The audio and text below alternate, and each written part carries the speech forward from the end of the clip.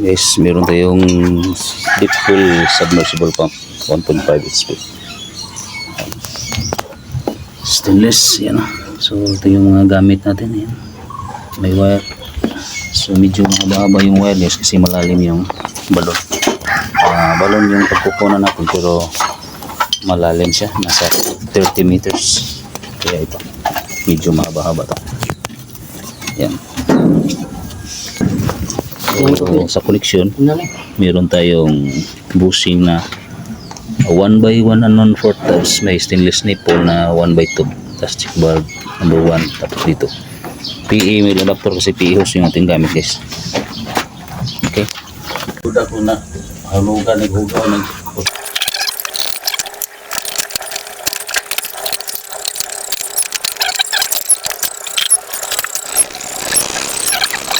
atin. Bali. Ito yung control box guys.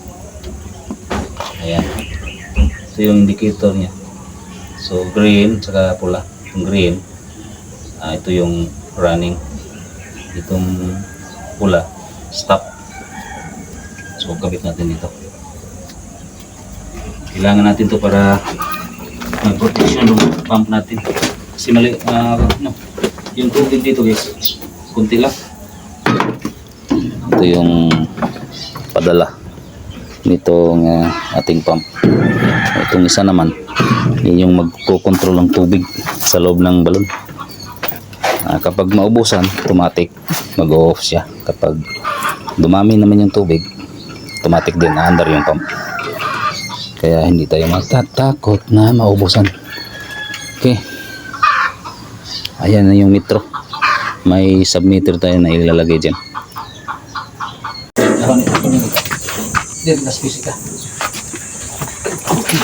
Isa magawa. Sige. Iyon na mo.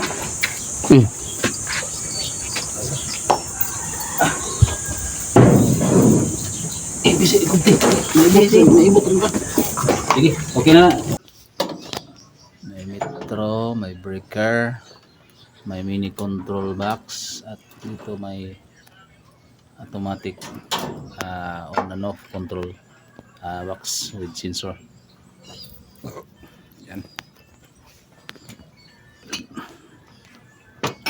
Okay. Okay rin dito guys. So yung submersible natin nasa ilalim na. Uli po mo, talipundong. Okay. All goods na guys. Testing tayo guys. Tapos na natin na set up. Yung mga electrical controls dito. So on natin to. Pag on natin to guys, magka-count tong ating timer delay. On natin. Ayan, may ilaw na yung timer delay natin. Okay. So ngayon, hindi pa siya umandar kasi naka-off dito. So on natin dito. Yun. Puntan yung tubig. Ayun guys, oh. Ayun yung kanyang tubig. So hindi lang natin patagalin kasi medyo konti lang yung tubig. Open na natin. Okay. Testing na tayo. Mamaya na to tapusin. Kakain muna tayo guys. Alright guys. So ngayon guys, yung tubig pala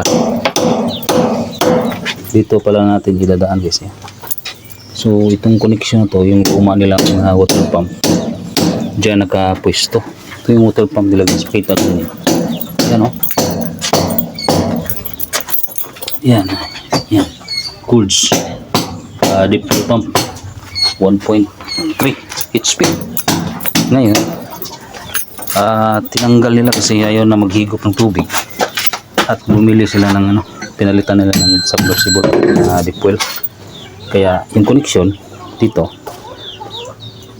dito lang daw idadaan yung tubig galing sa submersible. Kaya ngayon nagtitay dito kasi dito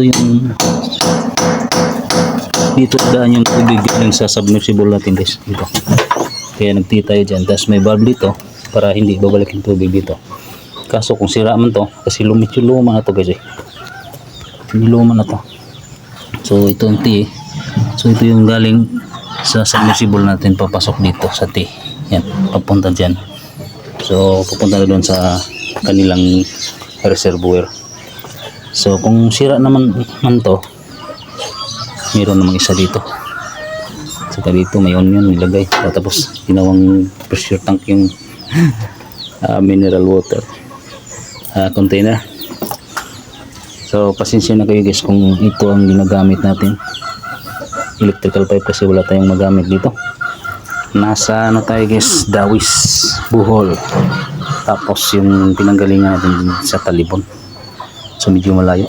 Yung mga halos 200 kilometers. So ito, mag-iilbo pa tayo dito. Papasok. Yung butas na yan, hindi natin itadaan yung PE hose ito.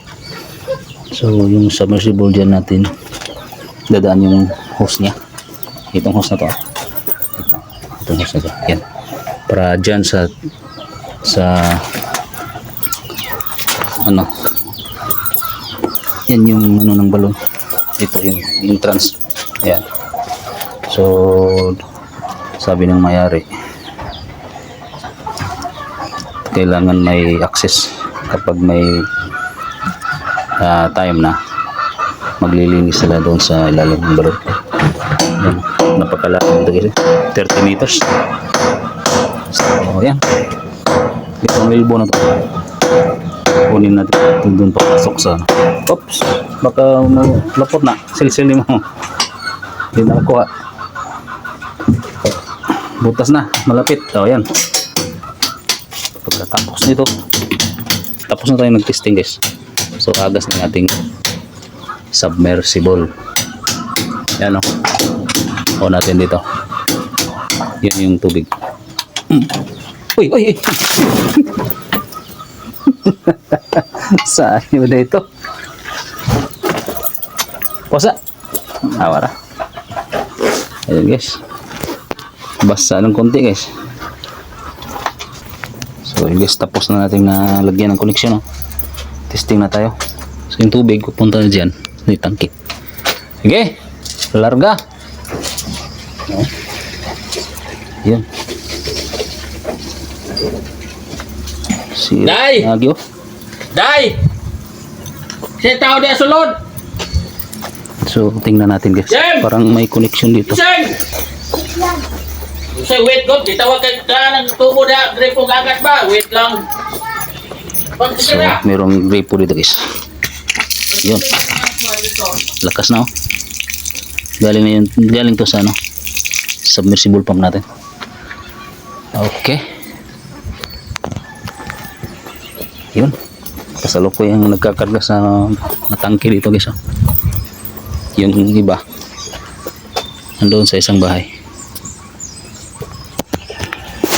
Alright. So obserba natin kung kaya yung tubig na punuin yung tangke. Kasi maliit lang tong ano. Tulog mo rin ato pulihan eh? Pwede ra ba? Ha? Pwede ra.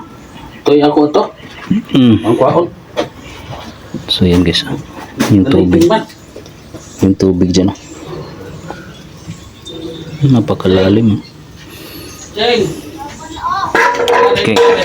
Balit atong bak.